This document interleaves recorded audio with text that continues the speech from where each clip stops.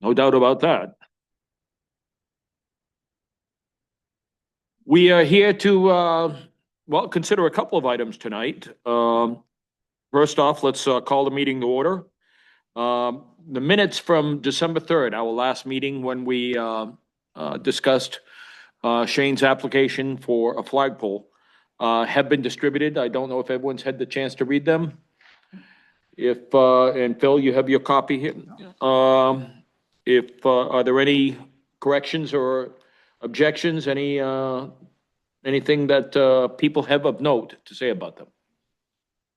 If, if not, I'll accept a motion to accept with a second. Second.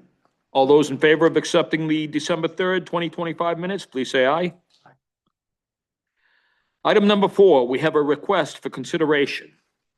If you would. Thank you, Chair. Brandon Mazer with Perkins Thompson, acting as conflict counsel on this matter.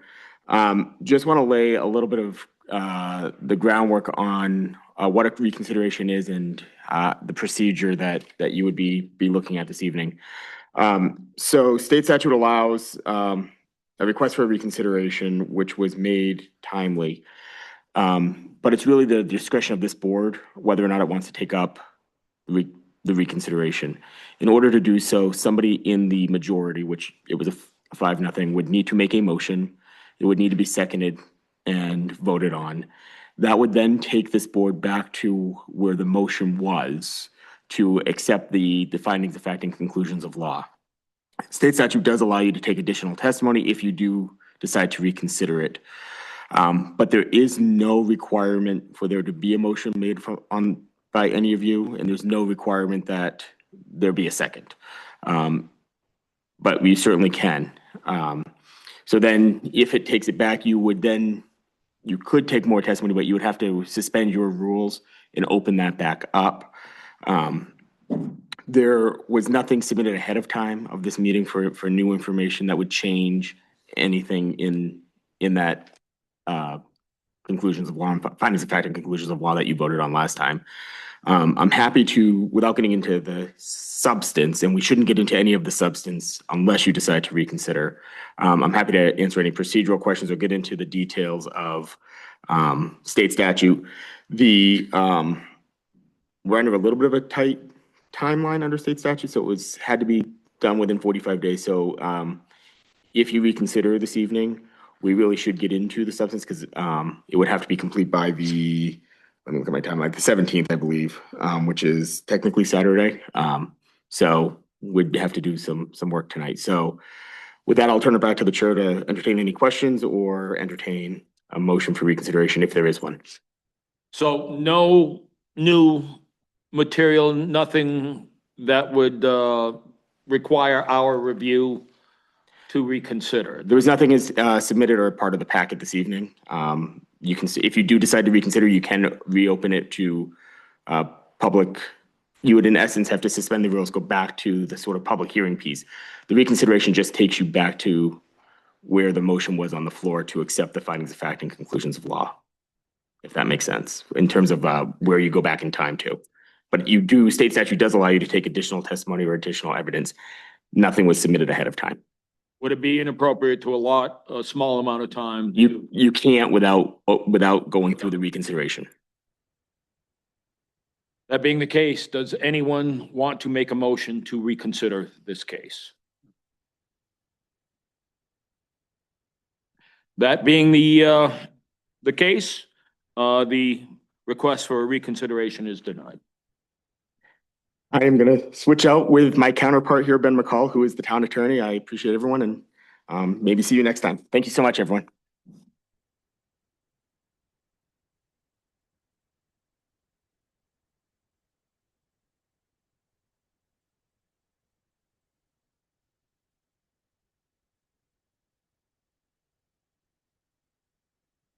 Hello, Ben. Hello. Yeah.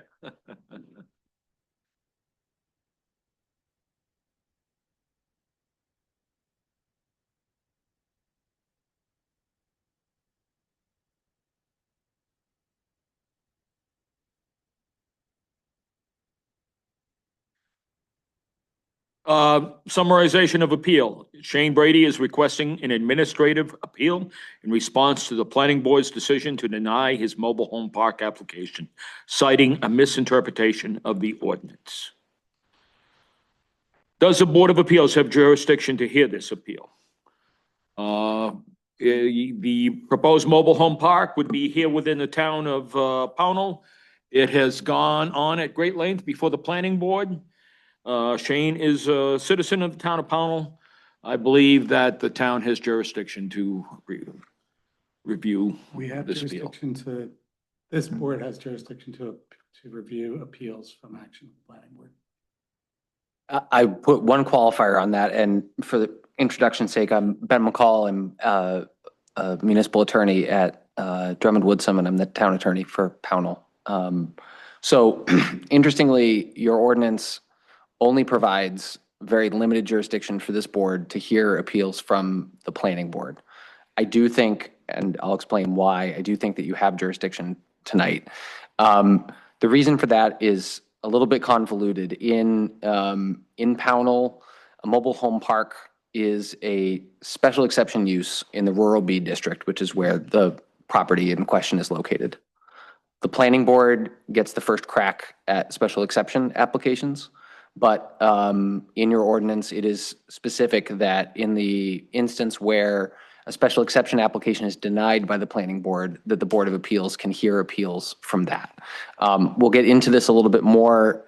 For background, though, it's important for this board to keep in mind that mobile home parks, both from the planning board's perspective and now from your perspective, because yours is a de novo review, meaning you are not weighing any evidence that was presented to the planning board. Everything is taken anew here tonight. Mobile home park is subject to 3 separate sets of criteria in Pownell. There's section 604 in your ordinance, which are performance standards for mobile home parks. You are also required, or the planning board is ultimately required, to look at both site plan review and find that all of those criteria are satisfied for every special exception. That's how your ordinance works. In the case of a mobile home park, it is a type of subdivision as well. And so in order to be approved, which failed to happen at the planning board, you need to prove that compliance with all the standards in section 604, all the site plan review standards, all the subdivision review standards. And as I'm sure the appellant will explain to you, the planning board found that nearly all of the standards were satisfied except for 2. One was in section 604, which are the performance standards for mobile home parks. The other is a almost identical standard that's part of site plan review. So that's all a very long-winded way of saying you do have jurisdiction, but it's based on the fact, and I'll point to it in case anybody is curious. So this is in section 207 of your zoning ordinance under subsection B7. Which provides that appeals of special exceptions shall lie from the planning board to the Board of Appeals.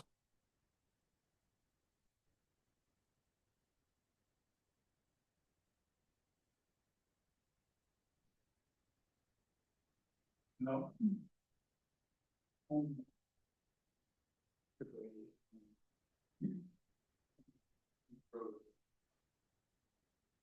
Correct.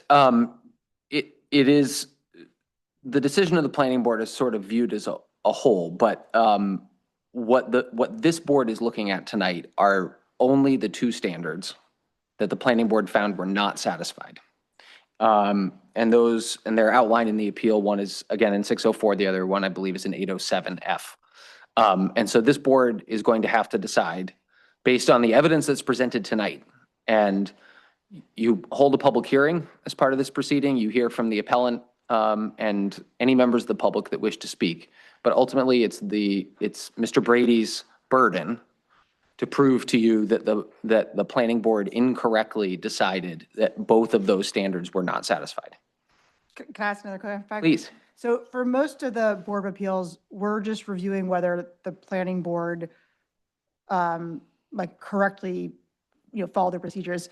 For this, are we actually reviewing the application? And I ask because it looks like there's some materials that were not presented to the planning board that I would assume would not be relevant to our review of the planning board's decision, are we actually supposed to be considering new information? So it's yes and no. So I'll explain it in two parts. So you are reviewing, the reason why this matters before you is because the planning board found that two specific standards weren't satisfied. But so that is what's guiding your review tonight. It's a focus on those two particular standards. But this is again, this is a de novo proceeding, so that's contrasted from an appellate proceeding. And the reason why that's relevant is there is no requirement, you are not bound to the record that was before the planning board. You are taking whatever information you deem is relevant that's presented tonight, both from the written application, any information, even if it wasn't submitted to the planning board, it probably should have been, perhaps it would have been relevant for the planning board to look at that, but ultimately you are collecting your own record tonight to decide whether or not, as it was presented, this application meets both of the standards that the planning board found were not satisfied.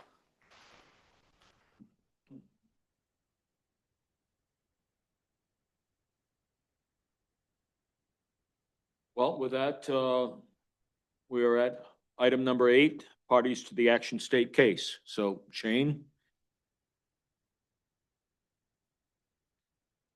Shane Brady of 247 Allen Road in Pownell. And basically my case is I have an approved permit from Maine DOT.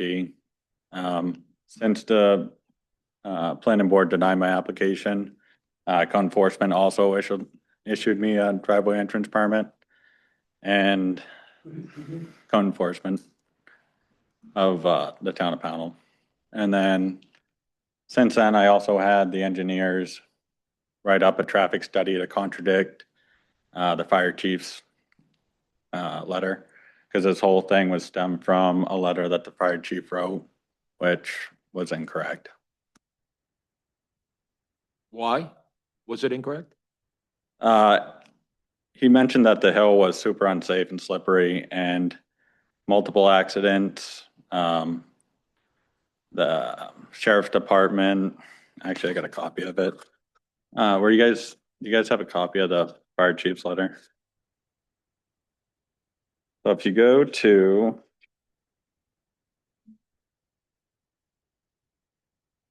it's in the second paragraph.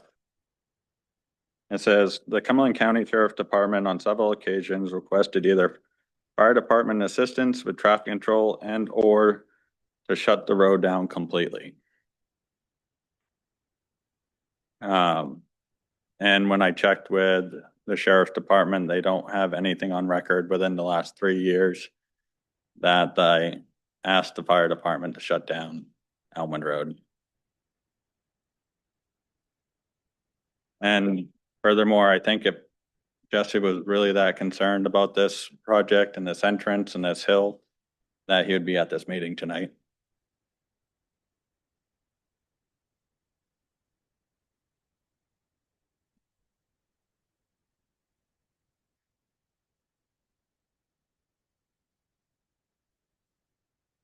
Anything else, Shane? That pretty much sums it up. Sure. The concerns that were raised about the bus, the school. That was given to me 2 hours before the planning board meeting.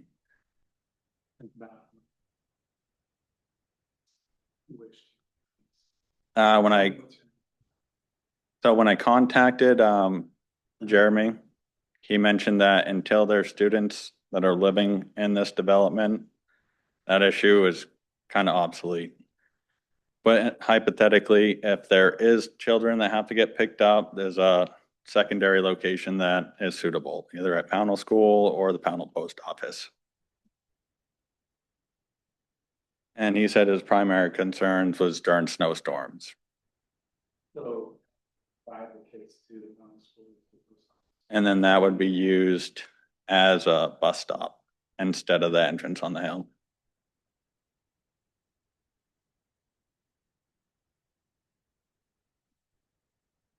And who told you that? The director of transportation for RSU 5. What about steepness? That's separate from traffic. I didn't see that.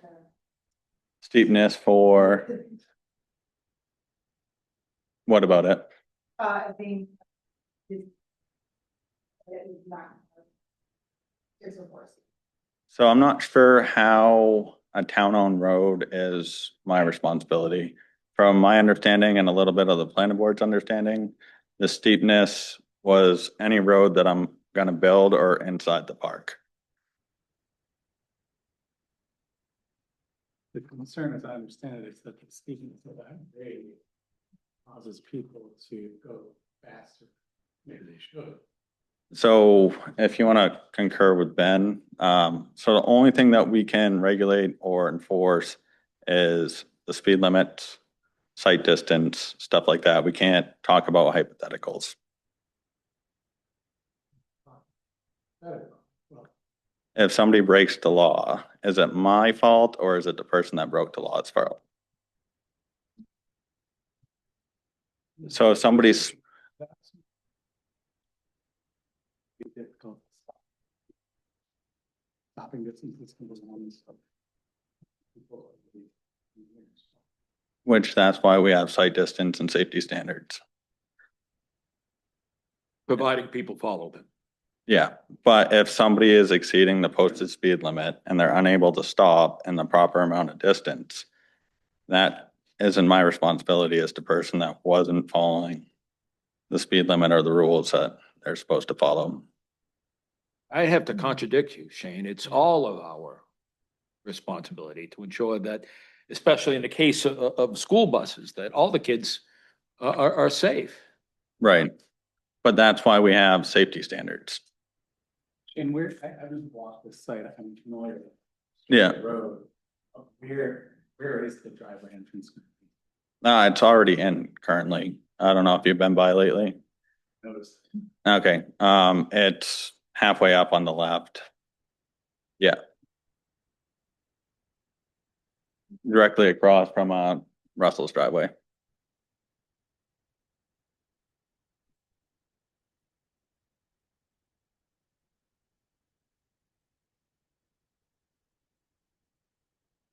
Is there a ordinance that talk or standard about having no more than 2% grade within 75 feet? Right. Yeah, but it meets all those. Where the entrance goes in, the ground's flat. But the grade on Elmwood is not. But that's not my responsibility. My responsibility is the road that I'm bringing out to Elmwood Road. It's your responsibility to locate the driveway entrance in a place that meets.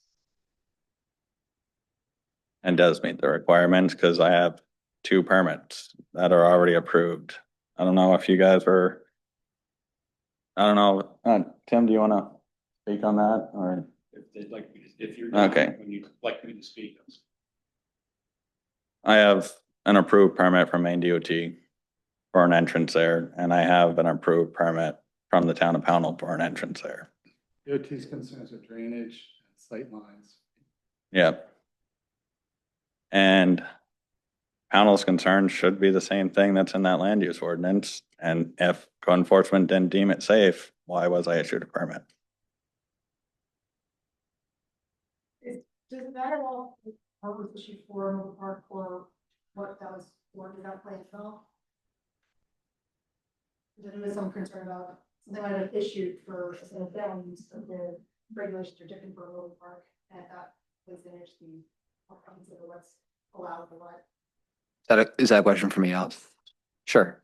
So they are different standards, and they're different applications. The board can decide whether it thinks that is, whether the granting of other permits is, it's analogous enough to be relevant here. But just as a ordinance matter, mobile home parks, which are 3 or more mobile or manufactured housing units, are reviewed, like I explained, under 3 separate sets of criteria. If this is being developed as a single family, if a single family home was built on that, there would certainly be a review of the entrance, and there'd be a review of perhaps the driveway, but it's not reviewed by the planning board. It's also reviewed under a much smaller and I think Tim would probably agree with me, less exacting set of standards. There is a review by the town to put in a brand new driveway that exits onto a existing public way, but it's not apples to apples, I think is the best way I would explain it.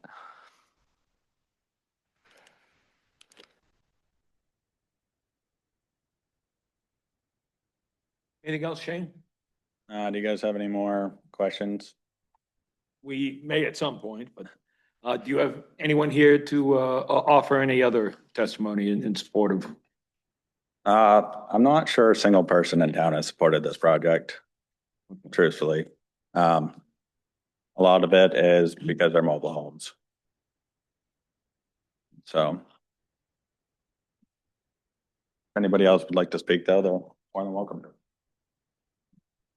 Tim, can you address some of the points of the application?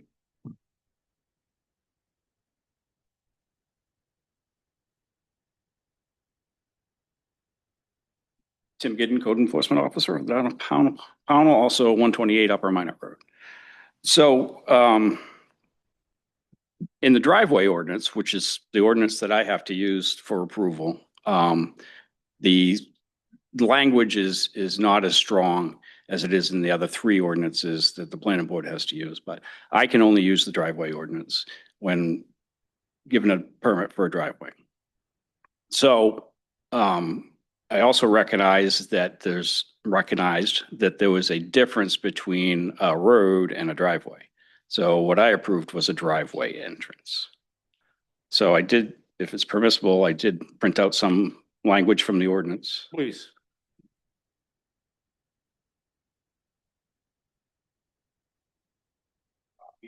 Straight from the ordinance. Highlight barriers that I can use in the driveway ordinance.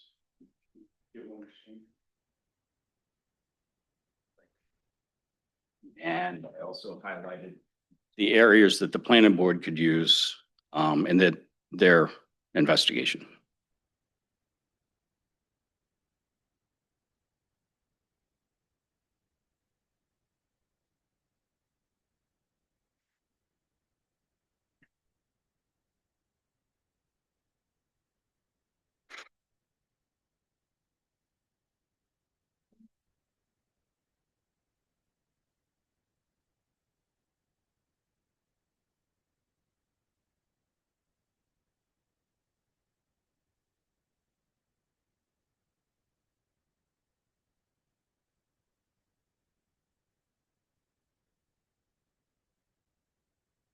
Looking at the approval criteria, Tim, did you find that the driveway design and constructed by safe access to the public way?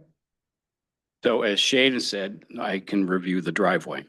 So the access point meets the criteria that I have to use in the ordinance, be in sight distance for that speed limit.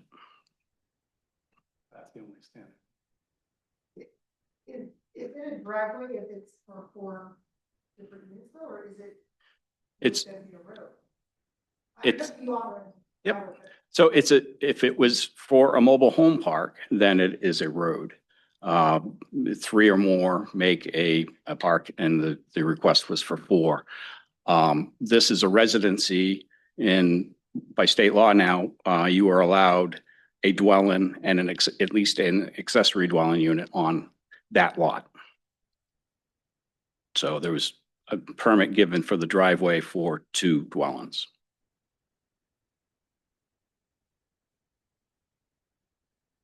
It's not a private road. It needs to be. It is not current. It is not, it is a driveway. That's what I gave the permit for.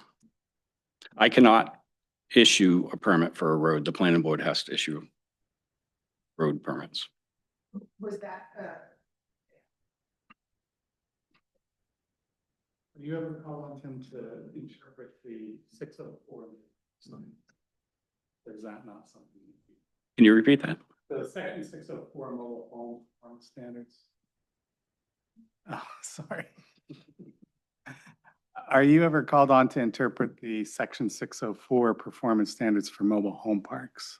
Or do those not come onto your desk? It does not come onto my desk. As consulted to the planning board, it would, but not in my decision-making for a permit, for a driveway permit.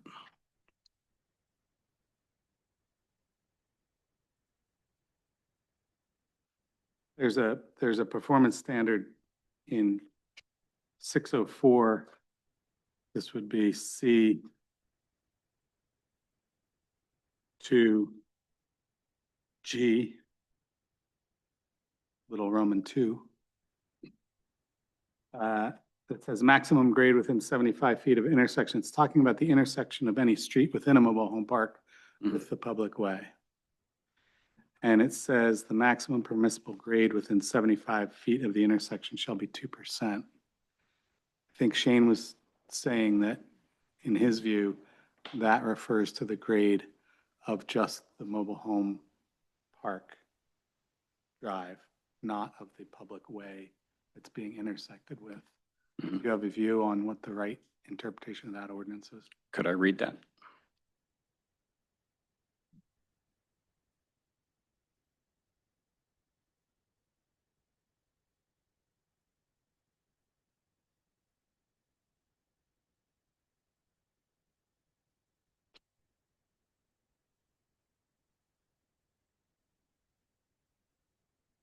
So I think if you go back to G, the intersection of any street within the park or existing public street shall meet the following standards. So that tells me that the road, the existing road would have to meet those standards as well.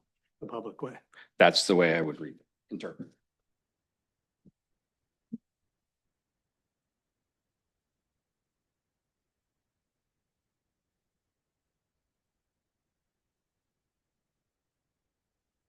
Any other questions for Tim? Thank you, sir.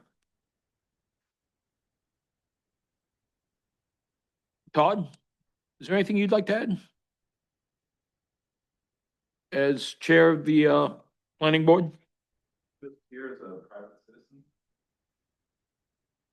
I'm inviting you to offer any observations that you may have, your insight, your experience, what you might have accrued in this whole process. Yeah, just, excuse me, maybe I'll just make a quick comment. Really prepared to say anything. My name is Todd Mellon. I'm the chair of the planning board. Really just here as a private citizen, but I do have a single comment about something Ben had said when he was kind of reviewing things for you guys, in that we didn't really approve everything else but this. What we found was that this was a problem. There was also other potential issues, wetlands issues, but we didn't really want the applicant to get into a lot of unnecessary costs associated with further investigation, because we felt this was a big problem and that this was enough for us to deny the application. But we didn't actually go through the entire application. So I'd just like to clarify that. Thanks very much, Todd.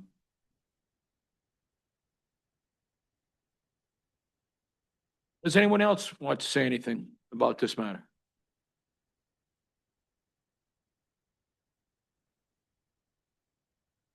Hi, my name is Russ Allen, 939 Elmwood Road, directly across from the entrance to Shane's property. Little history, I've been there 44 years, and 44 years ago when I put in my driveway, I knew that hill was a problem. But traffic was almost none, because down the road a little ways, it was dirt. Hardly any traffic came up that road. The state did not have that section of road. They took a left on Lawrence, up around Layton, onto Chadsey. That was the state way. I don't know how long the state took this Elmwood Road back from the town and return that they had. Wasn't that many years ago. But anyway, over the years, because You know, I even helped create all the tar that got done up there, so it's all tar road now, Elmwood. And then, as it turns out, that's the shortcut between Sebago and the coast. So the traffic has just increased. I've been there 44 years, and I can't tell you how much it increased. A few years back, there was so many problems on that hill because of ditching. They had ditches, and cars would get stuck in the ditch, and then the whole road would plug up, storm after storm.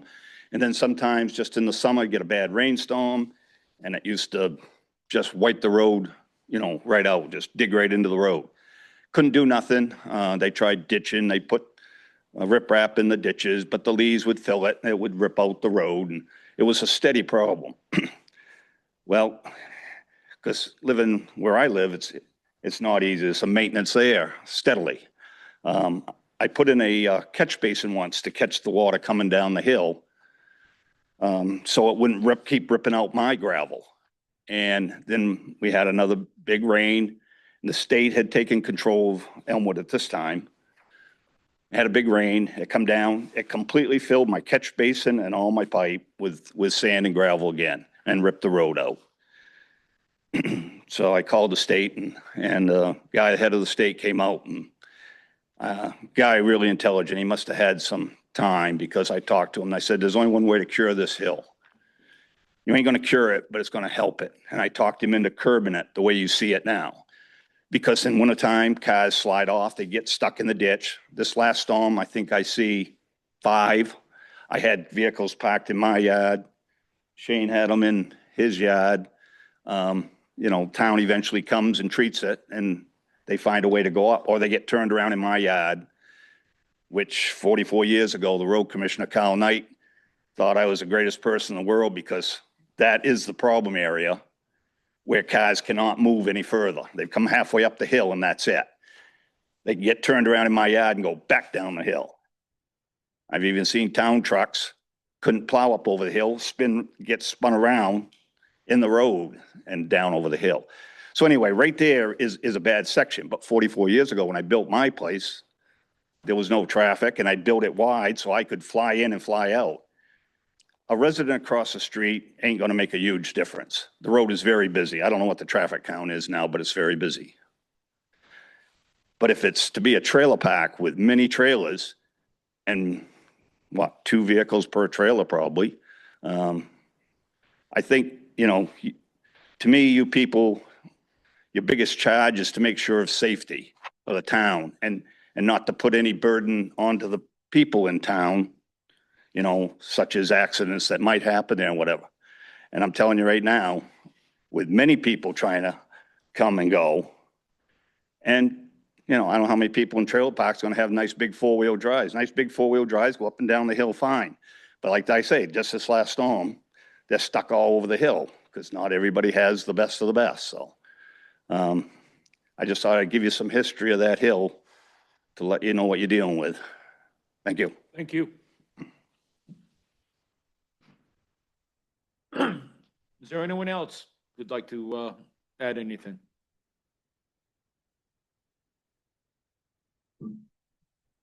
If you go to the mobile home park standards, it says on road design on page 67. Basically, all streets, roads, access, parking areas shall be designed to conform with reasonable safety standards. And if you go to the road design section of, I don't know where that one is, but it's in here somewhere, is where it says site distance per mile per hour. The town site distance is half of what the main DOT site distance is. And going back to Russell's statement about if cars are going up the hill and they can't make it, they dip off in his road and left, right, whatever. I believe another access point that they could go into would benefit. So. Okay. And while you have those mobile home standards, can you look at page 68 and tell me your thoughts on this 2% grade thing?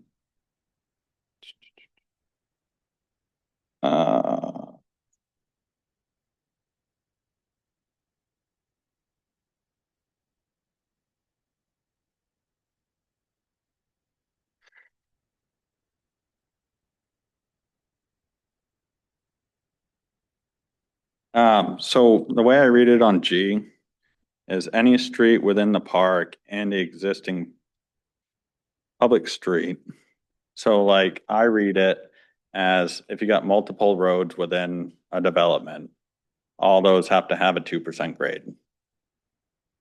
And then I read it as it doesn't count the public road. It just says like my road off the public road can't be more than a 2% grade on the approach to the public way. It says that the street within the park and the existing public way will meet these standards. Yes, but you're trying to classify in the public way as like it's my responsibility to make the public way a 2% entrance. It's your responsibility to situate your entrance somewhere where you have a 2% grade. If that applies to the public way as well as to the driveway. So if they would have worded that one where it says within the park has to have a 2% grade, it wouldn't classify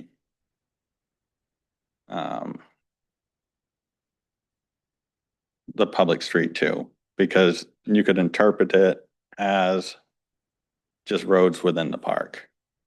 Let me propose a reading to you and you tell me Okay. why I'm wrong. Okay? It says the intersection of any street within a park, that's your driveway or your road, and the existing public street shall meet the following standards. The maximum permissible grade within 75 feet of the intersection, that's the intersection of both of those roads, right, will be 2%. Why should I not read that to mean you have to situate these intersections where you have less than a 2% grade on the driveway that you make and on the public way that you're entering into? Because if you go over to Farmview Drive on Allen Road, Allen Road Hill going up from Williams Allen Farm down to my house is more than a 2% grade. And there was a road approved there. Not sure when, but it was within the last 10 years. I'm sorry, I lost you. So where are you talking about? Directly, you go up to the top of the hill by Williams Allen Farm, take a left. You go halfway down that hill, which is the other side. And on the right, you got Farmview Drive. Is that a mobile home? No, that's a public, There's a mobile home park standard, right? That we're reading is a mobile home park standard. so the mobile home park standards and the road standards are pretty much the same. Because if you go to the road design standards in the ordinance, it'll say that same thing. Can't be considered road or? Road. No, it says Farmview Drive. Is it private? It's. Yeah, Okay, so, yeah, but this is gonna be a private road because the town's not taking over it. the road within the mobile home park will be a private road. Right. It's joining a public right of way. So isn't Farmview Drive, which is adjacent to this property. And Allen Road, it's pretty, I don't know if you guys are familiar with that section of road. It's exactly the same hill. One's less steep, but Allen Road is over a 2% grade. Changes that this still doesn't. Google. Right. Right. I mean, we did not weigh on that, but that's not a reason to not listen to the rules for mobile home parks. There's also state statutes that you can't deny access to a public way. You can't landlock a piece of property in the state of Maine. So without How would we be landlocking anything? not allowing an entrance out to a public right of way, But if, that meets all the safety standards. except for the intersection, comes to a road with more than a 2% grade. And there are still safety standards we haven't really discussed, like the 604C and the other ones, but those aside, those are other issues that we have not determined have been met. So is that the one thing that's holding you guys up is the 2% grade. Just gathering all the information. Okay. Discuss it. Yep.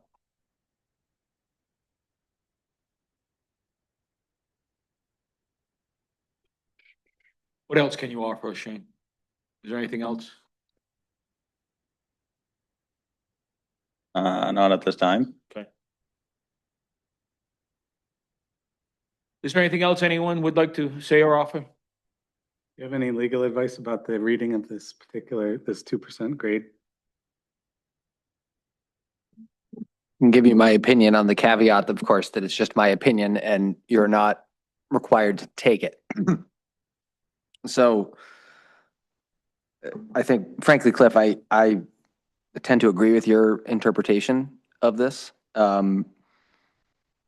I think Shane is correct that of course, you only, it's a very old adage. I mean, of course, a private citizen doesn't have the ability to go and change the grade of an existing town way. The town is the only body, or perhaps Maine DOT, depending on the nature of the road, who could go and do that. But the way that it's drafted seems to indicate that the drafters of the ordinance were concerned about that intersection.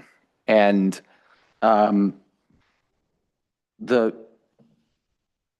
while it's true that the applicant only has control over the grade of the road that they're planning on constructing, the standard only talks about the circumstances within 75 feet of that intersection on either side. And it's meant to protect the safety of traffic entering or exiting from that intersection. So I would suggest that what it says is that the maximum permissible grade within 75 feet of that intersection on both the town way and the private way can only be 2%. And the owner doesn't control the grade of the public way, but does control where they choose to site the driveway. Correct. That is only one standard, and not to get ahead of ourselves, but I think it's going to be important, and I would encourage you, I think the proper way to look at this appeal is, again, you have the 604 standards, you have the 807F standards, and even though only a small fraction of both of those standards have been addressed, I think it's important that as part of your findings, you are looking at every single one. Not of the entirety of, but within roads. correct, yes, within 604C2, Yeah. that you are looking at A through G. Yes, I'm not meaning to zero. No, I understand. Obviously, you need to find that all of those are satisfied in order to reverse the decision of the planning board. But that's your next task. And you may, just as a matter of procedure, want to not close the public hearing yet because you haven't actually haven't started to explore all of those particular standards, and you may want additional information from folks, including Shane or Tim, as part of that discussion too.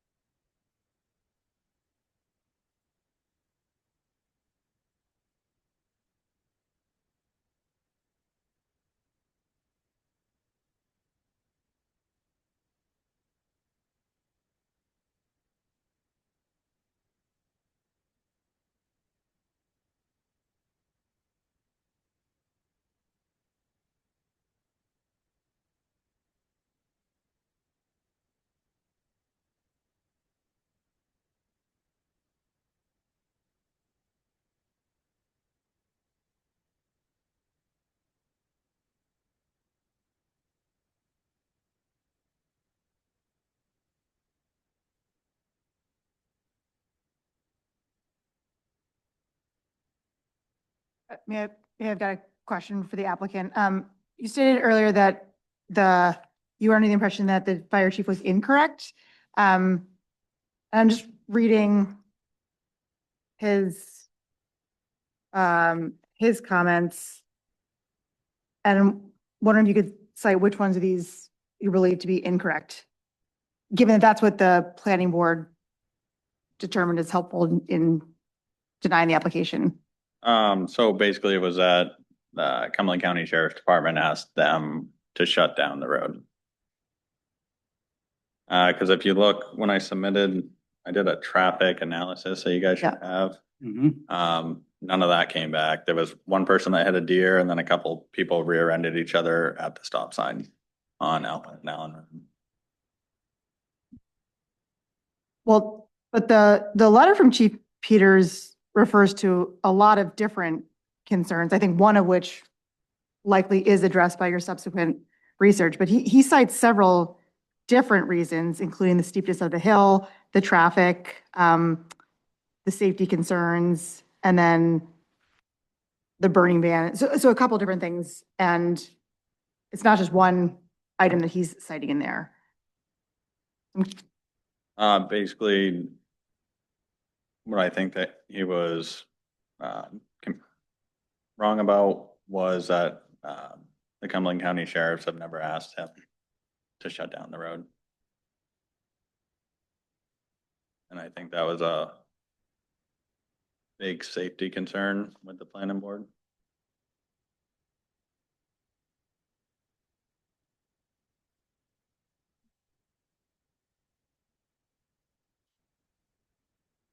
But he also notes there's two other items that draw my attention. The first being the parking allowed, the second being the complete outside burning ban.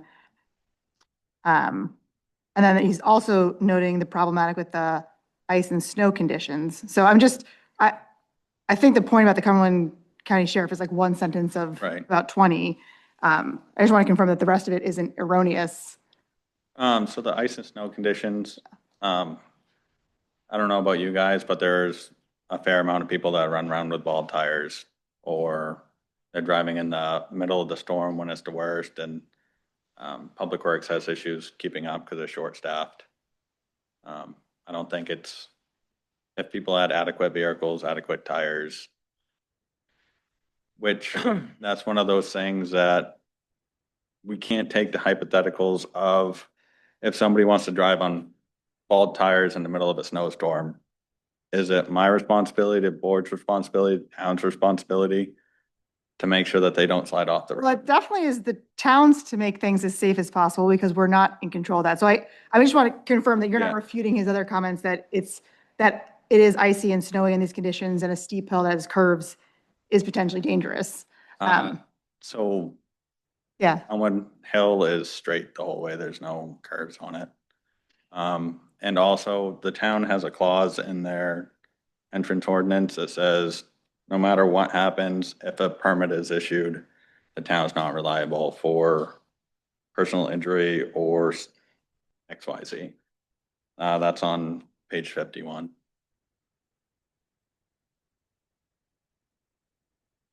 So in the mobile home park ordinance, it does say reasonable safety standards. I think this is more than a reasonable, safe place to have an entrance. And going back to, we do live in Maine. We get snow here. There's no way that a car, if he stops at that driveway and starts off, is gonna make it up that hill during bad weather. I know, I've plowed that road. I've gone down the road backwards before in a plow truck. Because if it gets slippery, it's too steep. I've gone over there and pulled people out that have slid off the road because it's icy. There's no possible way that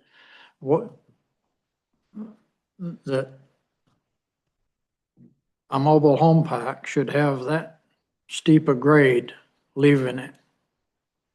So my plan with the mobile home park is to grow it over the next 20 years. And if it does get expanded, it'll have two entrances, one exit in on Allen Road and one exit in on Elmwood Road. Why not come in from Allen Road now? You can only have a 600-foot road in the town of Powell. it's more than 600 feet from Allen Road to the property that we're talking about. You can only have a 600-foot road? Yeah. Oh, okay. So. And even if I wanted to change the road to a new location, I'd have to come back here and get a exemption to have over 600 feet. Is there any place is there another place to enter Elmwood Road than where you're proposing to do? I believe that's the safest, most viable location. Is it That's, flat- you gotta answer. Is the flatter part, why not coming in the flat part at the bottom of it? Because then you're gonna have the same exact hill next to. And so all we would do is just change the steepness of the hill from the public road to inside the park. But you don't think the steepness is a problem? Would you, if the steepness is a problem, would you want two or do you want one? Zero. You can't have zero because there's already one there. Like that's So basically, from a traffic standpoint, it would be safer to have a less traveled steep road for the people within the trailer park, wouldn't it? that goes back to my thing. Would you want two hypothetically unsafe roads or do you want one? I want the safest It's- scenario. The traffic and the conditions in the hill are pretty separate, and the traffic, I think we can put to the side for now, because whether or not we think the traffic is a problem, you've got additional evidence is one, but I think the biggest issue, the 604C, is about the safety of entrance, and so where you locate it does matter, because we're looking at it specifically for the entrance you proposed and the steepness and the conditions of those, not the traffic. And so the steepness is only a concern in slippery or snowy conditions. Am I under that assumption or is that what Oh, it's we're a finding? combination of things, but I want to separate the traffic and the vehicular Okay. numbers from the safety of the entrance and exiting, especially if you've got a mobile home park, which has multiple units and multiple cars coming in and out. So the location matters. And if you could find a flat area that did have a different grade and it was on a lower, that would probably be a very different scenario than what we're talking about. But are we just talking about the safety concerns when it's snowing or inclement weather? Or are we talking like a bright sunny day? It's not safe.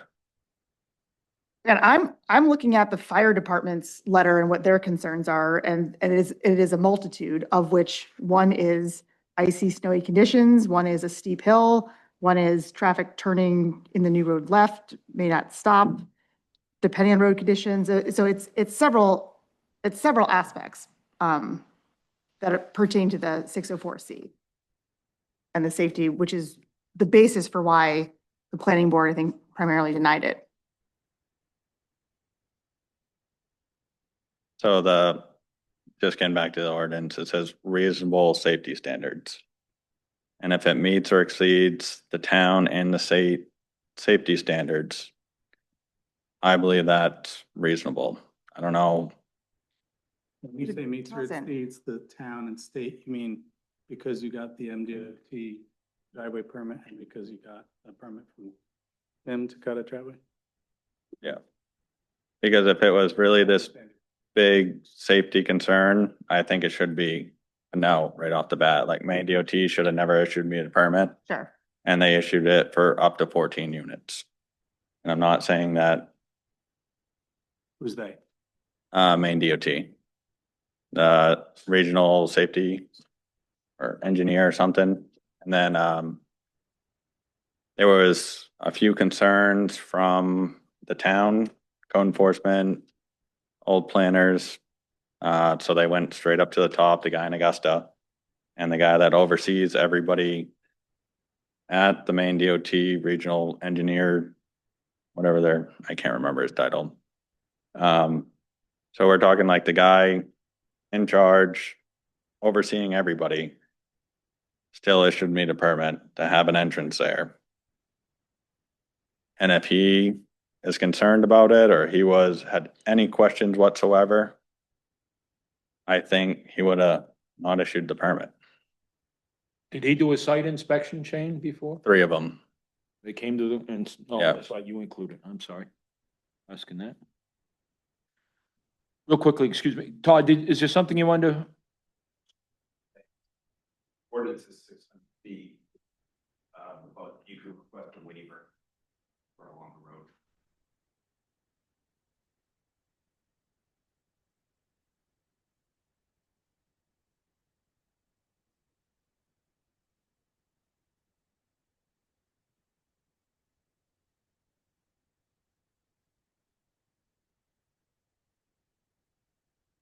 Ben, is there something else that you think we should be addressing?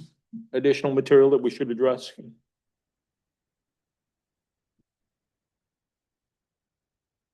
No, I don't think so at this point. The only caveat I would say in sort of reading the ordinance, especially 604C, is that you pay attention to the fact that you have this opening preamble paragraph, which is exceedingly vague.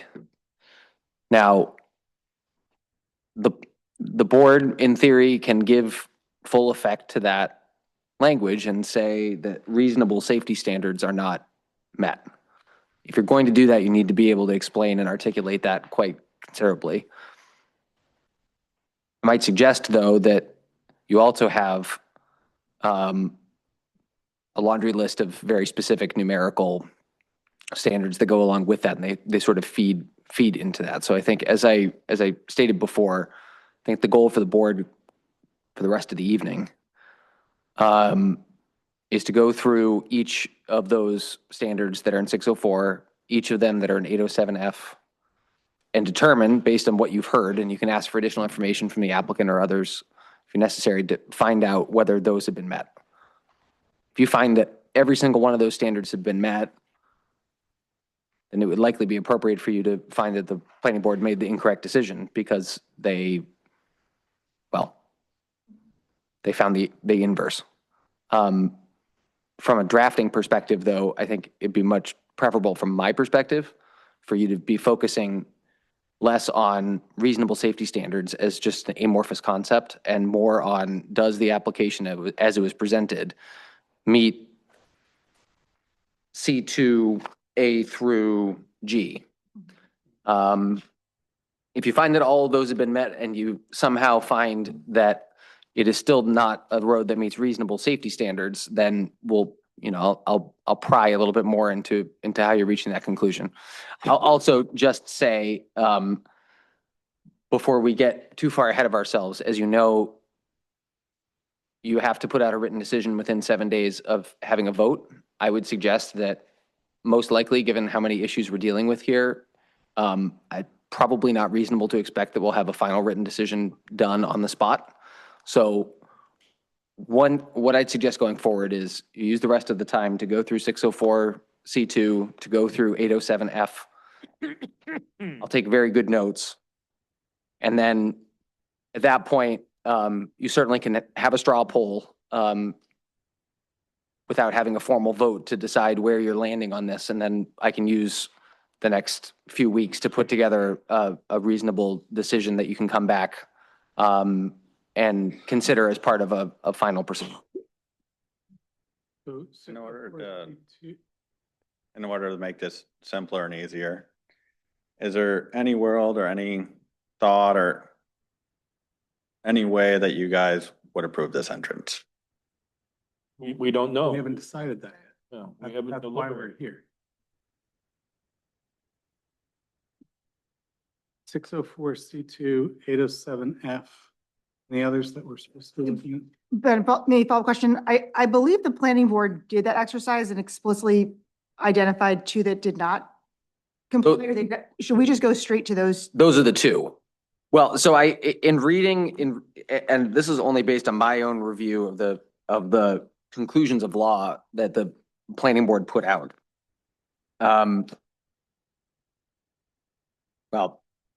So the findings of fact, this is the second page of the notice of decision document that came out on October 20th. If you get to 604C2, it found that the road was not safe. And then I don't see any other 604C standard that was found not to have been satisfied. And then when you get to 807F, on page 4, the finding simply says C604, C2 above.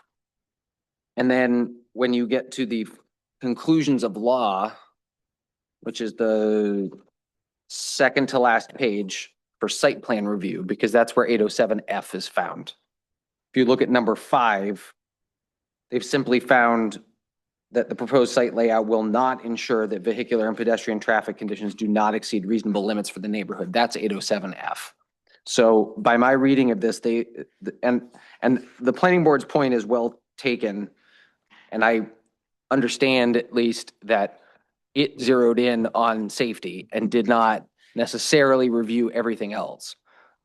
It's probably worth pointing out that if you found that the planning board was wrong in finding that as designed, the streets and intersections are unsafe, if you found that they are safe within those 2 sections, what would happen is the matter would go back to the planning board and it would have the opportunity at that point to go through the remainder of the work that it felt it needed to do in order to approve that. It would be extremely difficult, I would suspect, for them to find at that point, though, that the road is unsafe, right?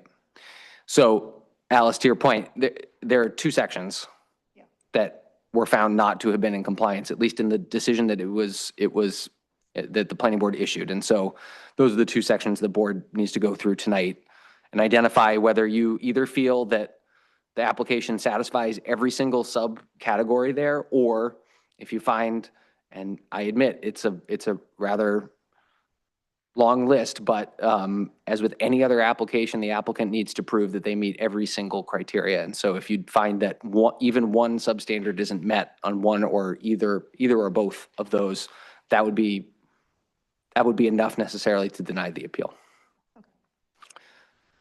Would the board be okay with giving me a variance or a waiver on the safety standard for the entrance? So I'd have to, That was my original intention, instead of, okay, it wasn't to appeal the decision and say that. Okay. Like, it's, anyways. well, so I'll answer the procedural question. I'm gonna flip as quickly as I can to your variance standards as well. I think obviously from a procedural standpoint, the application would need to be for a variance. And there are different standards, and this is just me explaining it out loud for everybody. There are different standards that apply in order to receive a variance rather than to claim that the planning board incorrectly decided the application in denying it. So you're free to do that. Those are, they're not mutually exclusive options. I'm not in a position this second to be able to say even whether the zoning board has the authority to grant a variance from that particular standard. Usually it's for dimensional standards for a particular lot. I'll pull it up, but I think the short answer is, I mean, you've heard what the board hasn't made a decision here tonight. You're obviously free at any point to either ask for continuance or to withdraw the appeal or to do whatever you'd like. But you're also free if you feel that you have a case for a variance and that you meet the criteria and there's availability for that relief to be given to you, you can always make that application. But that's not what the board's hearing tonight. Tonight's considered an appeal of the planning board's decision. So my biggest thing is just to save everybody time and effort. Like, you guys want to do a site walk to the location so we're all familiar with it? Do it instead of just going around in circles and X, Y, Z. Like, the final outcome, all I care about is getting a road there. I already got a driveway. There's entrances across the street. And Russell, I'm pretty sure you feel comfortable backing in a truck and trailer into your driveway? Back in truck trailer, no, You would never allow a truck and trailer back into your driveway? no, never have. I've unloaded the boodles there, but I pull in. Because I made it big enough for that reason, because it is not safe to back anything in off that hill. So Russell, no, It's a hypothetical, but I don't really know how it comes into play here. If you're interested in not, in making efficient use of the time, whatever discussion you want to have with Russell is not going to be. Yeah. Yeah.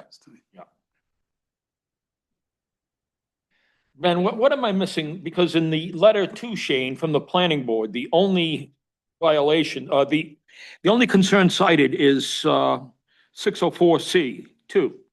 They don't say anything else about, Well, 807 references. I And think, they, yeah, goes back and cross- they said on 807F, they said see our conclusions about 604C. okay, all right. So, So, and they didn't go through in Yeah. detail 604C criteria. So we don't have, we can't point to the decision and say, we agree with them about 604C2A. We agree with them about, because they didn't do that. I think, Tom, you make a good point. I mean, on its face, the motion was based only on 604C2. I think out of an abundance of caution, if you're going to proceed with reviewing and making a decision here, because the findings of fact and conclusions of law that the entire document also references 807F, it relies explicitly on all the findings made in 604C2, but there are two specific standards, and I think the board should look at both of those. I don't want to get us off track. I mean, I suppose the point is,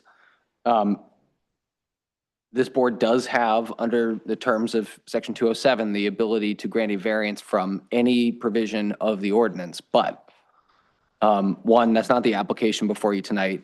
The other point is, and I'll just point out for everybody's benefit, that under state law, to receive a variance, you're required as the applicant to prove undue hardship. And one of the most important criteria of that is effectively proving that without receiving a variance, you're not able to make any beneficial use of the property. And that's not just for the proposed use. It's any use. So that's not what's before you tonight, but. But it's not before us tonight and can't be, and the public hasn't been told that that was going to be Right. tonight, so Yeah, we just can't do it. no, I'm just looking at like an easy to save everybody time and effort. So, but I think we have to handle, unless Like, you're so- withdrawing your appeal, I think we have to deal with the appeal that you. yeah, that's fine. Just getting back to 604C2, it does say reasonable safety standards, which is, like Ben said, pretty vague.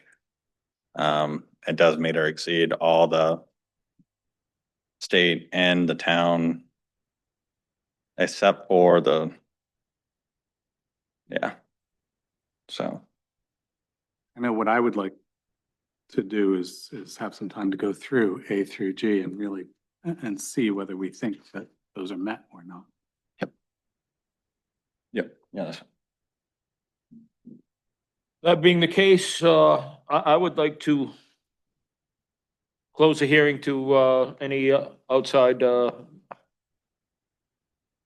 Well, I would Can we, not close we the can- hearing until we yeah. decide, until we go through these and see if Right. there's anything that and needs to then, be here. yes. can we do Okay, that without the well- application? I'm sorry? Can we do that without the application?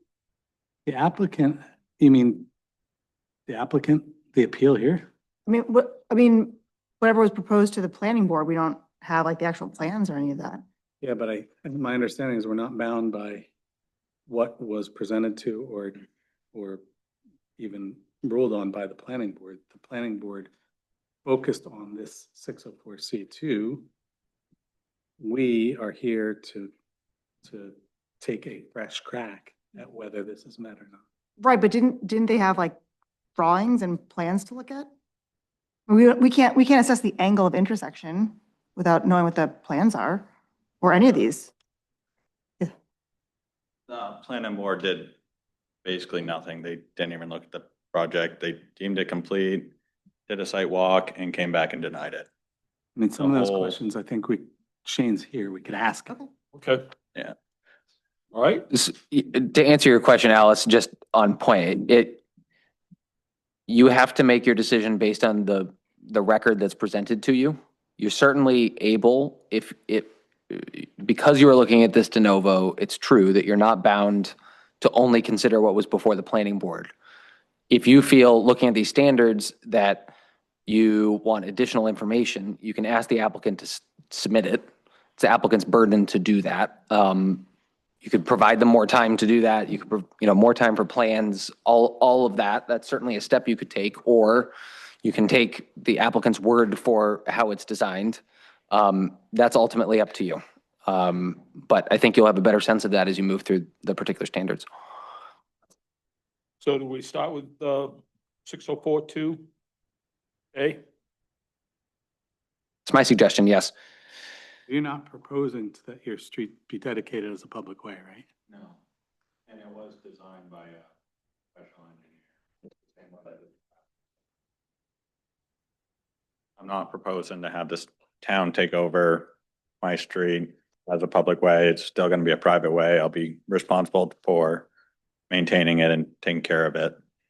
And the engineer that did design the site is the same one that wrote the safety memo.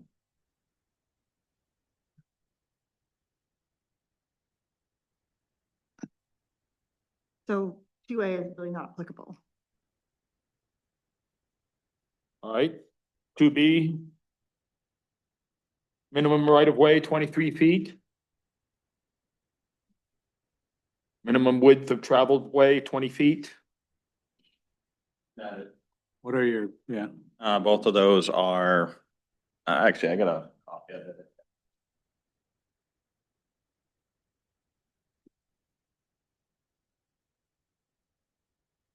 Yes.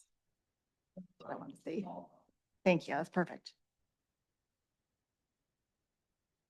that's great, thanks.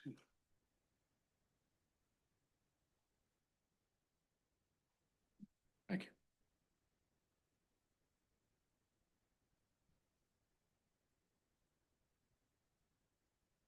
The road width is 23 feet because it's including the sidewalk. It only has to be 20 feet if you have a separated sidewalk.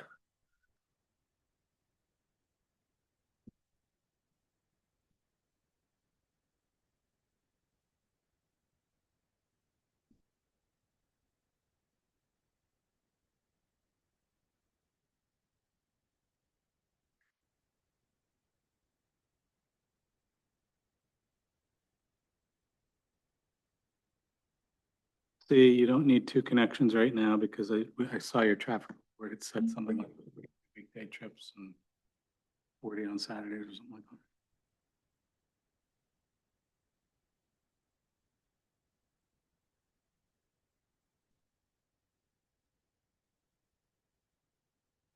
How long is your road, Gene? 400? Mhm. Roughly 400 feet. I haven't looked at it in a little while.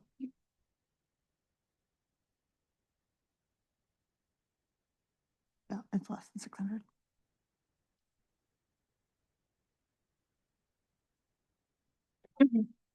Is there gonna be parking on the road? Are there parking lanes on that road? My intention was to not have any parking on the road or in the fire lanes.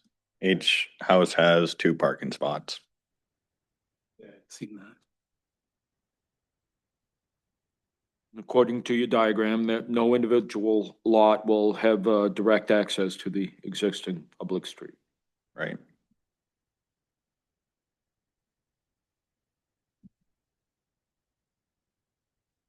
So then we get to G.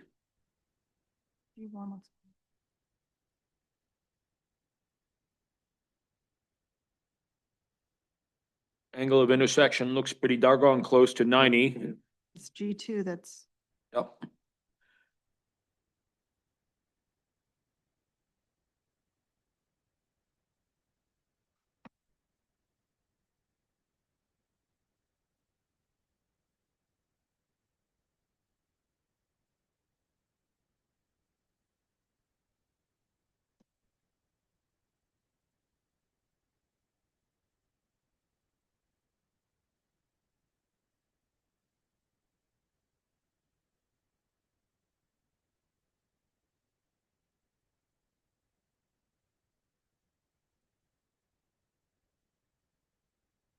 Did your traffic study talk about the sightlines, Shane, or can you point me to?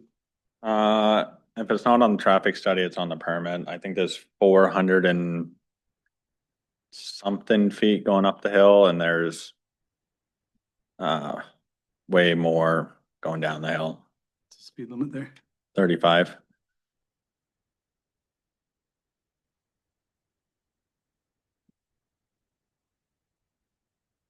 And if you go to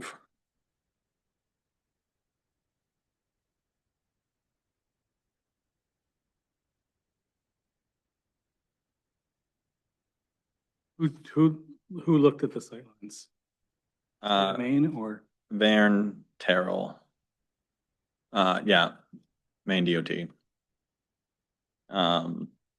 My little packet there, I'm pretty sure I got the permit from him. And it should say, yeah, that one.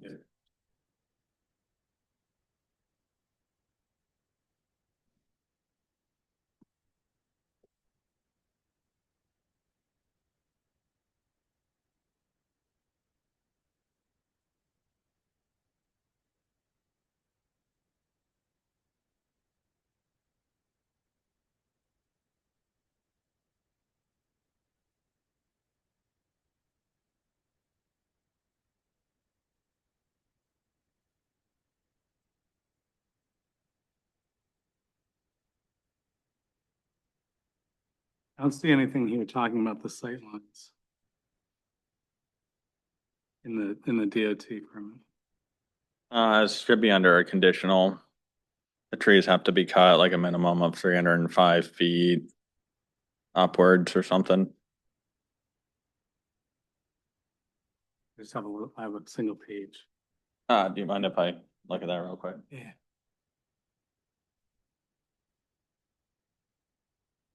Conditions of approval.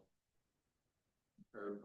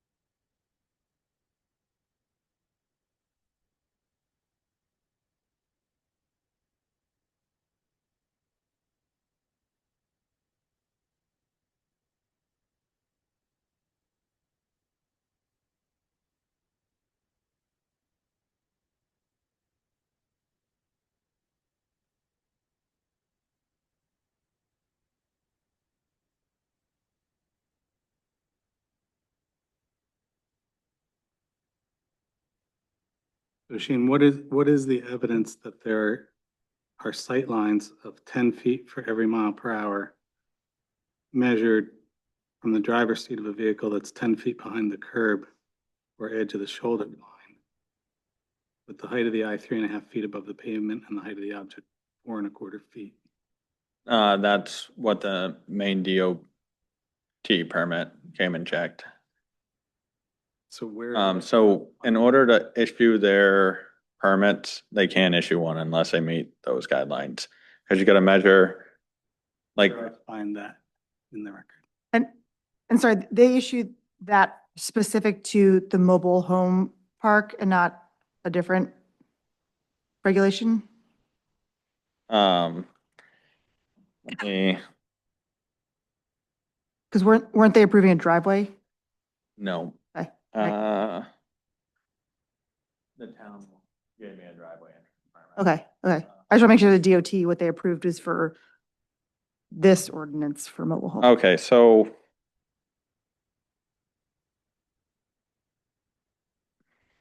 Which one do I have?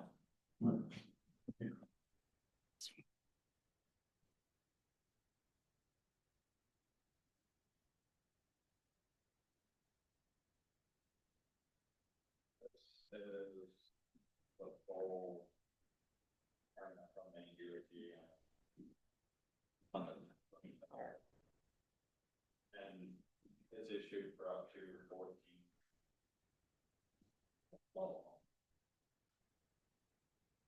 My question, we have to find that this standard here is met, and my question is, what's the evidence you're presenting us with that this sightline standard is met? So on page 2 of this one, it's the standards of approval. Right? What is Yeah. the site distance? Because it needs to be, I think we're saying it needs to be 350 or less. So is there like a number for a minimum site distance?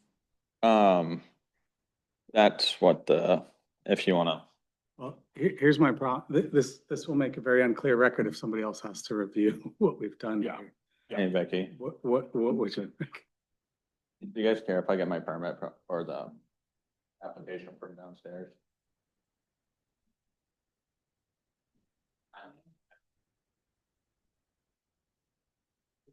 So you have a couple of options. We could ask for a continuance. You could ask for a continuance. You could take the applicant's word for it. Where there's a piece of paper downstairs? Or It's also on the town website and it's been public record for 6 months. yeah, I mean, the one procedural point is that just because it's of public record doesn't mean it's necessarily part of this board's record. I mean, Right.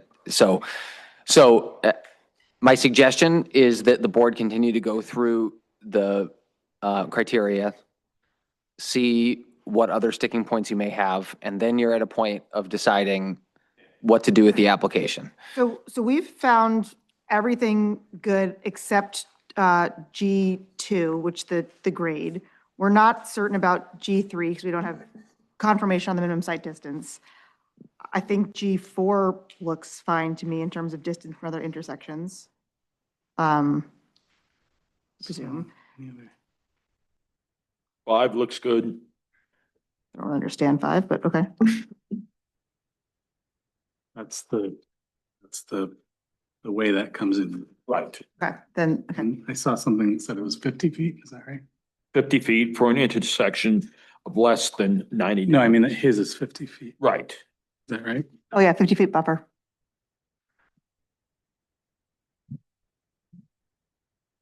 Okay.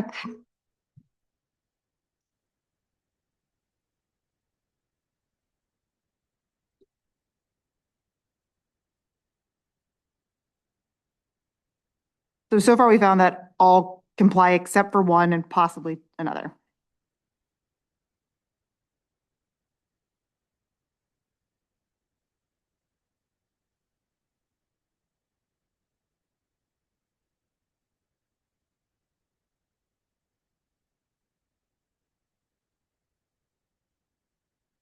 It's too much. Where's that site plan? Oh, that's, Is this some-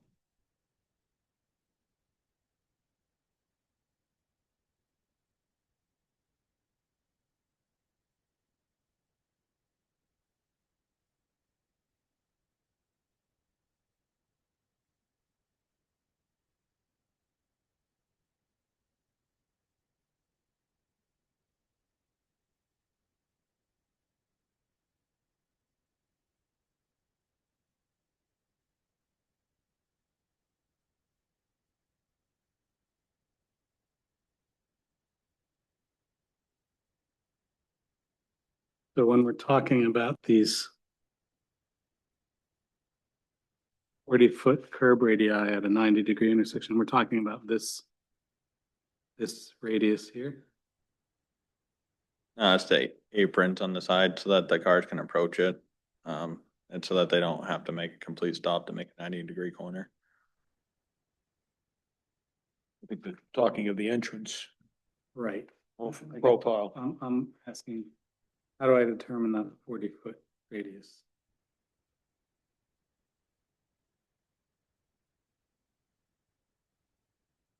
The only thing I'd go back to is, Jamie Garland is a certified engineer and he was the one that designed the road and the whole development. And his stamps on the bottom. I don't think that he would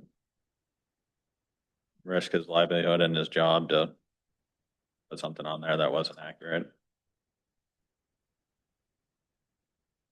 It doesn't say on here what those radii are. That's why I'm asking. I mean, somebody smarter than me might be able to. You can somewhat draw a conclusion Yeah. by the fact that you've got 169, Width of the road is 170 feet. 23 feet. So looking It's at the pretty good. curve of the driveway going in, would that be a 40-foot radius? Well, comparing it to the length of the 170-foot boundary, I would say yes, but Sorry, the width of the road you said is 23? So the skinny part, not the. Yeah, right. Yeah. Yeah, it's kind of close, but.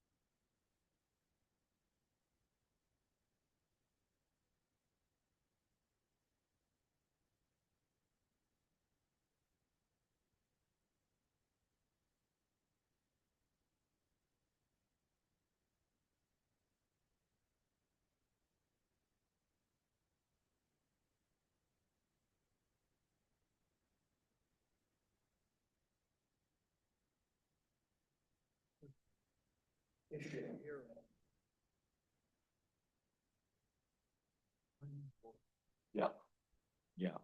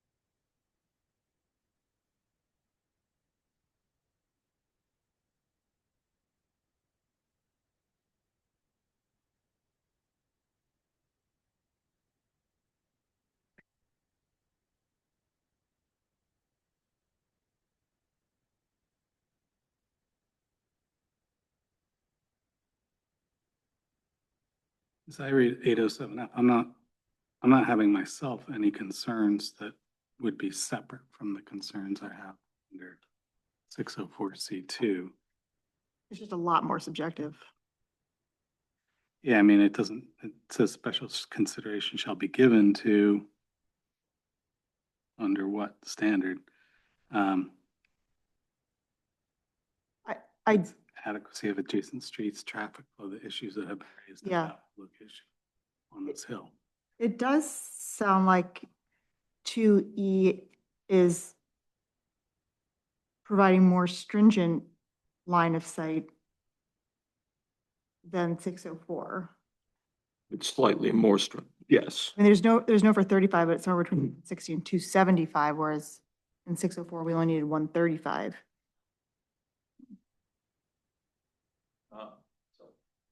The ordinance was never updated. Maine DOT updated their site distance standards roughly 4 years ago. And since then, the town land use ordinance hasn't caught up.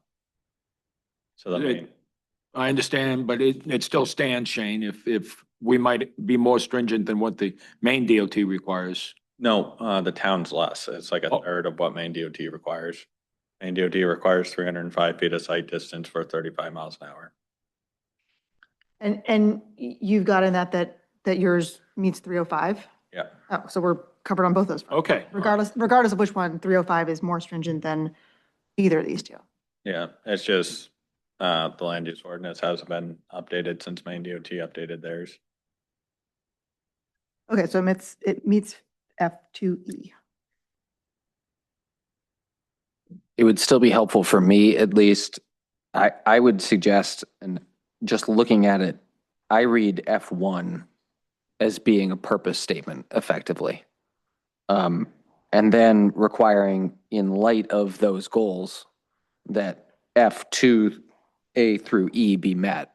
So even if the board feels that all of those are met, it would be helpful, at least for the purpose of drafting findings, to have that articulated and explained why. And then you're back, of course, to the fact that you may have an issue with the grade of the intersection or grade within 75 feet of the intersection. And then you'll also need to answer what you want to do about the evidence regarding site distance.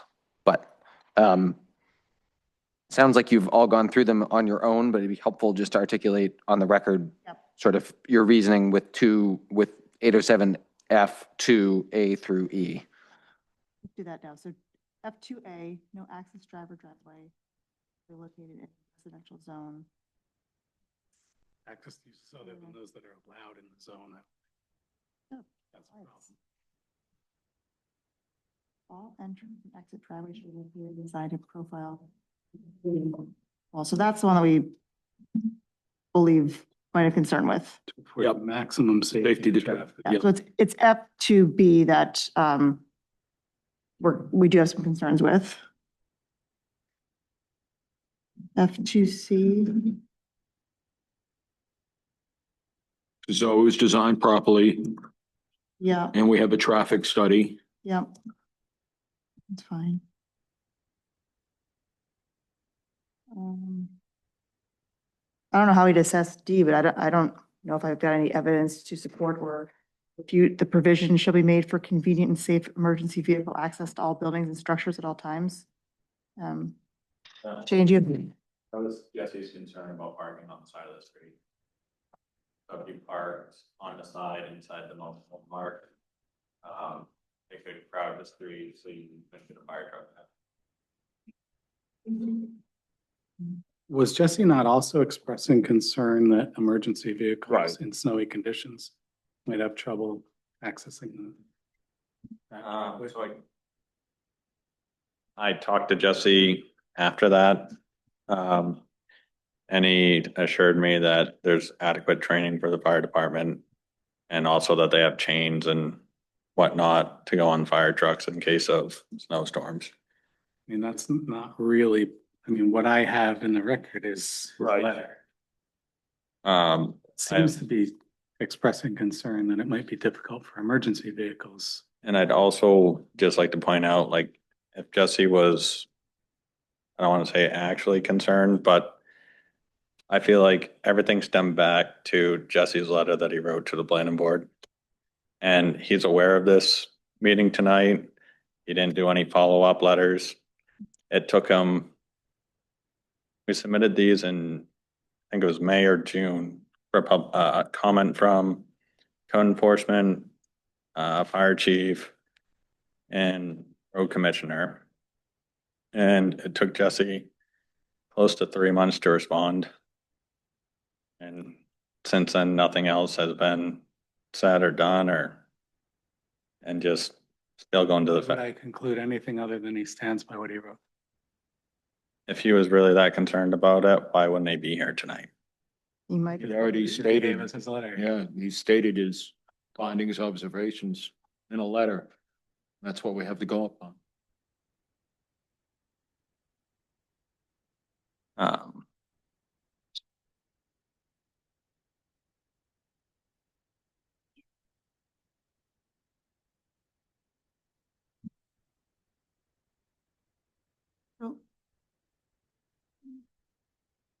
So we have some concerns with 2B.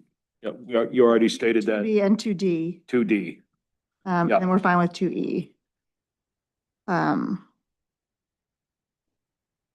If we get satisfaction on the site distance stuff in 604C2 subsection.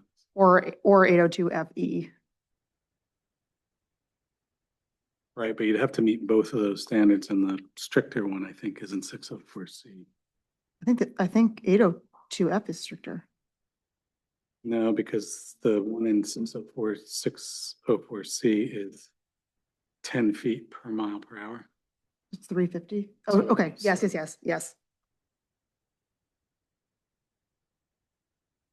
Oh, and you said it was for 305. So it does matter. Which one? Maine DOT's approved the entrance with at least 305 feet of site distance. Okay, and so by one of these, that is more than sufficient. By the other, it's actually not sufficient enough. 5 feet's not. It's got more than, So that's a piece of evidence that I don't see in this record. that's something that I could get you guys. Because in the whole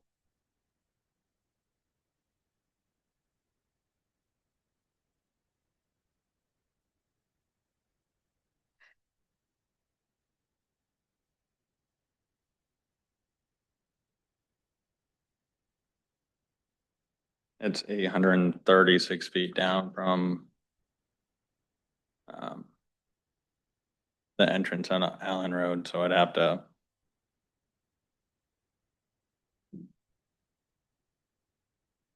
There's a whole method of how it has to be measured, and so that's the. Right. That's what I don't see any evidence of, so Right. I can't say that's met, because I don't have anything that tells me that's met. That's something that I could call Van at Maine DOT and get the actual site distance numbers. They have it in. They have it written down, but they don't have it on the. And we would need to know that that was calculated according to this standard that's in our ordinance. Right. They all fall. Not just the distance, but actually Yeah, you get a, eye height, the object height, all that. they measure it off like if you're sitting in a car at the stop sign. So that's why it's how many feet off the edge of the road, and height is.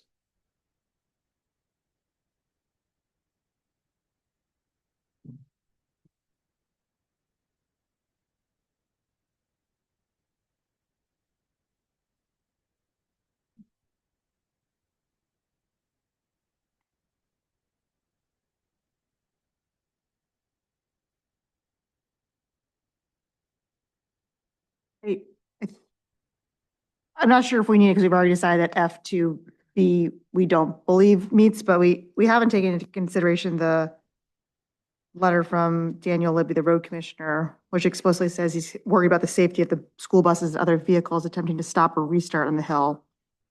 I think that's pertinent for the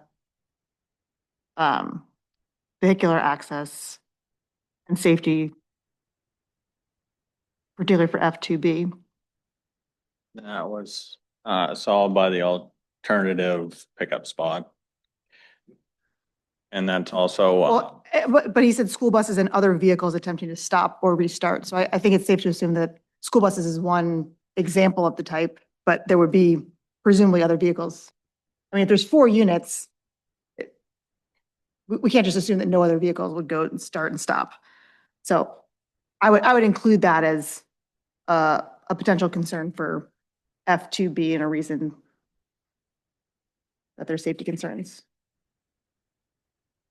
Because it has to do with the flow of traffic.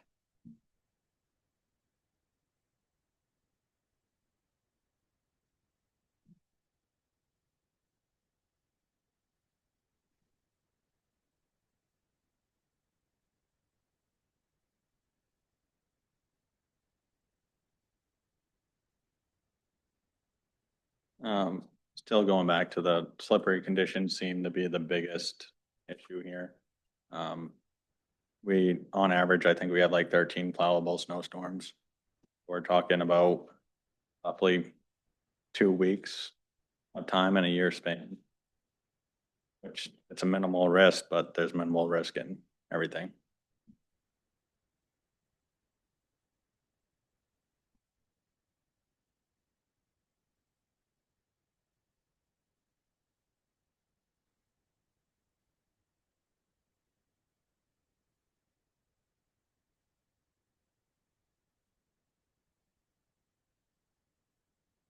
What's your viewpoint?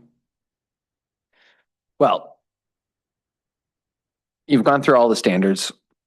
I think you've identified, from my count, 3, perhaps 4. Well,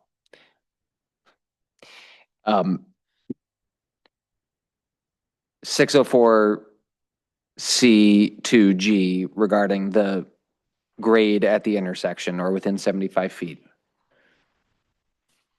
You don't have, it doesn't sound as if the board is satisfied or would like to see more evidence regarding site distances. So that is effectively in limbo right now. And then 807 F2B in a number of ways. So I think from my perspective, it sounds as if the board. I think F2D. Okay, yeah, F2D as well. Thank you, Cliff. Based on the fire. So what I'd propose is this. I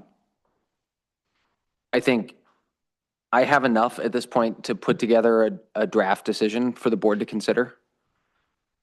The good news is, well, regardless of the fact that there are, seem to be factors besides site distance that would prevent the board from granting the appeal, I think it's important that as part of your decision, you either articulate that you'll just take the applicant's word for it, or preferably between now and the time that I have a draft decision together, Shane can find whatever site distance information he has and submit it to the board. And maybe that satisfies you as to those 2 conditions, but it doesn't sound as if that's going to be sufficient in and of itself to grant the appeal. So you have a couple of options. My preferred option would be, if you feel that there's further discussion that needs to happen tonight, that's fine, you can have that, but barring that, I think you're at a point where scheduling a follow-up hearing, a follow-up meeting date is in order. That'll give me some time to put together a draft decision. It will give Shane time to submit information about site distance, and I will draft based on some assumptions about site distance that I'm pulling from everything, but that can certainly be changed on the spot based on what you have. But what I'm sensing from the board, at least, without asking you to take a formal vote on it, is that there are multiple problems in these standards that are going to prevent you from finding that the appeal should be granted. So I don't have a timeline. I am out of the state the last week in January, but besides that, putting together a draft decision isn't something that should take me a great deal of time. I can be available next week. I can be available when I'm back from vacation in early February. It's really up to the board of finding a time that works well, because I will need all of you here. But at that meeting, you'd be at a point where you can review the draft decision, you can make whatever changes you feel are necessary, and then at that meeting, you'd be taking both a vote on the appeal as a whole and then a vote to adopt the draft decision as you have figured that all out, and that would be the end of that proceeding. Does that make sense? Yes. Okay. Probably not relevant, but how do we handle the discrepancy of the two different site distance factors? Like what comes in between the two?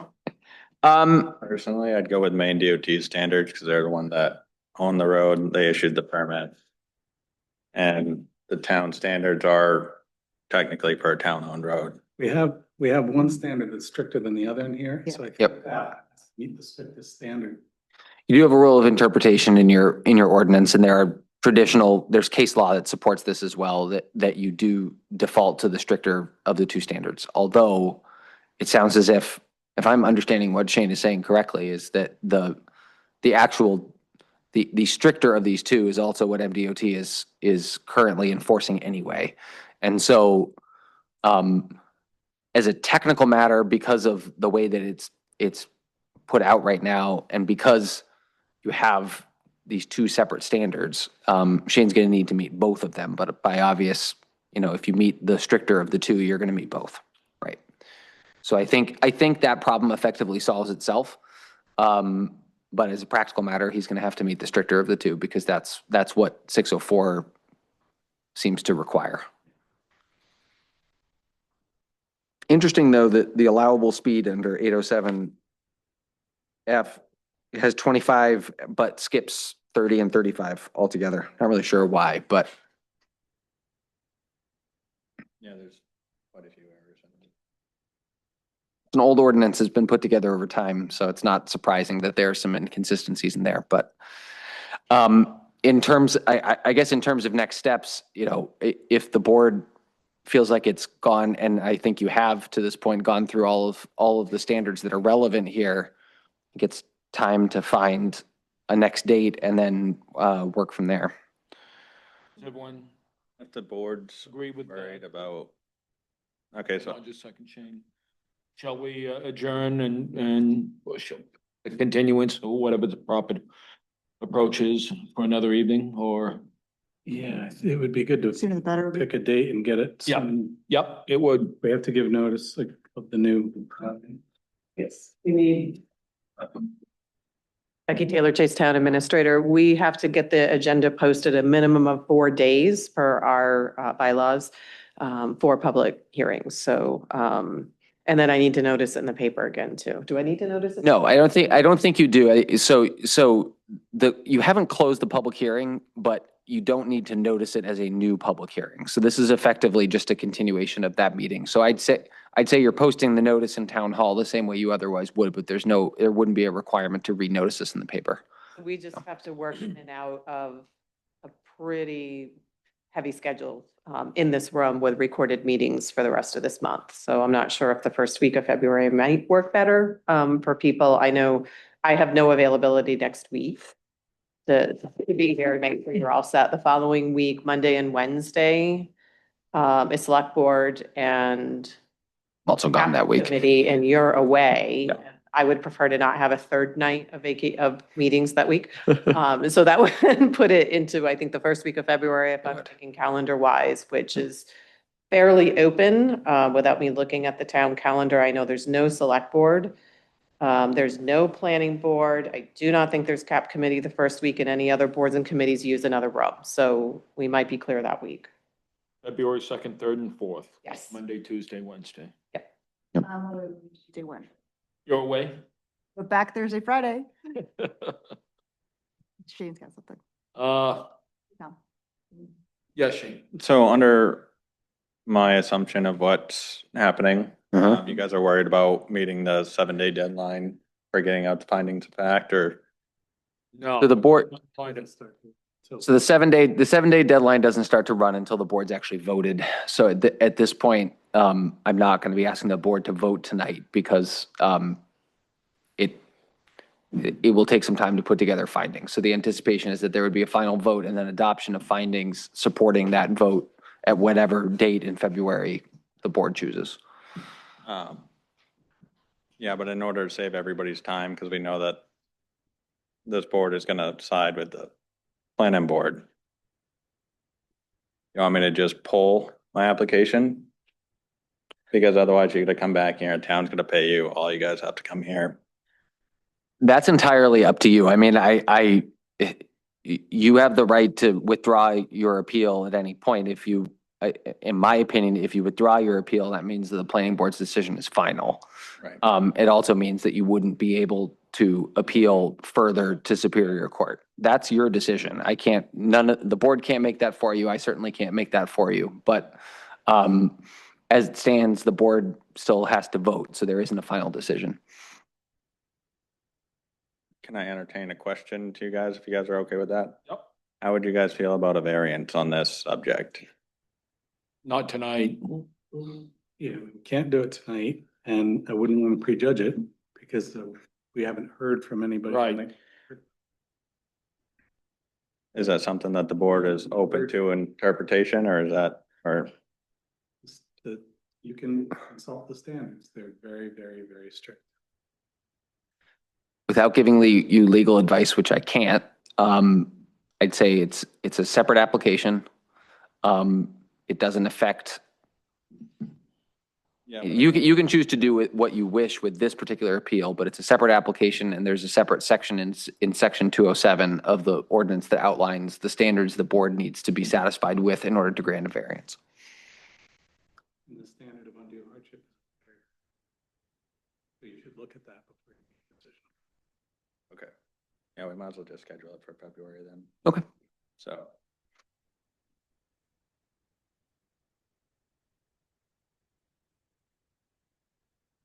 Is Thursday, February 5th a possibility? Yep. I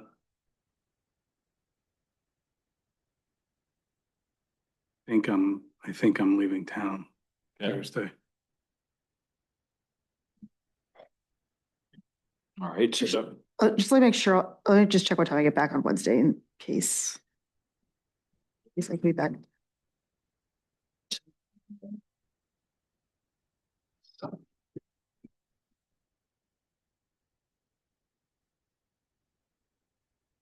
No, 11:45.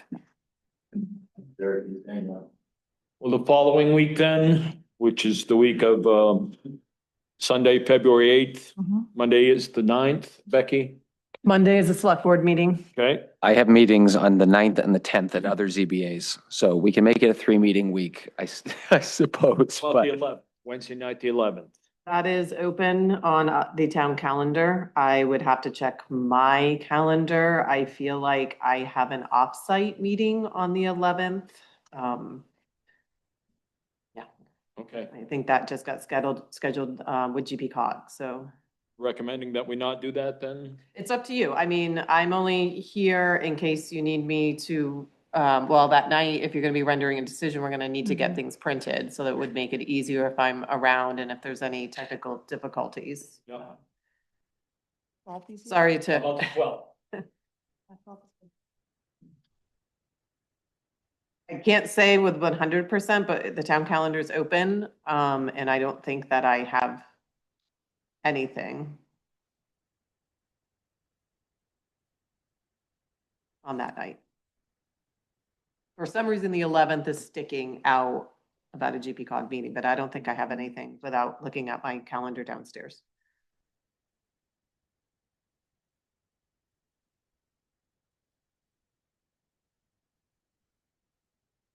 How's that look for folks? Both works. The for me. 12th? Yeah. February 12th, 7 PM? Yep. This room.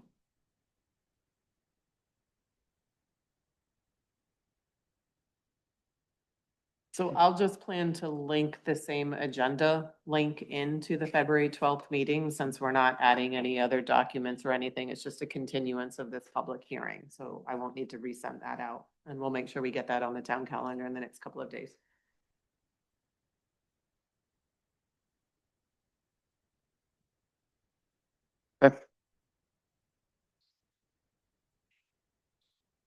Do we need to do anything formally to? I suppose if you want to be overly formal, you can entertain a motion to continue the application to February 12th at 7 PM. Motion- Moved. Seconded. All those in favor? Aye. And then a motion to adjourn. Motion to adjourn? Moved. All those in favor? Aye. Thank you, everyone.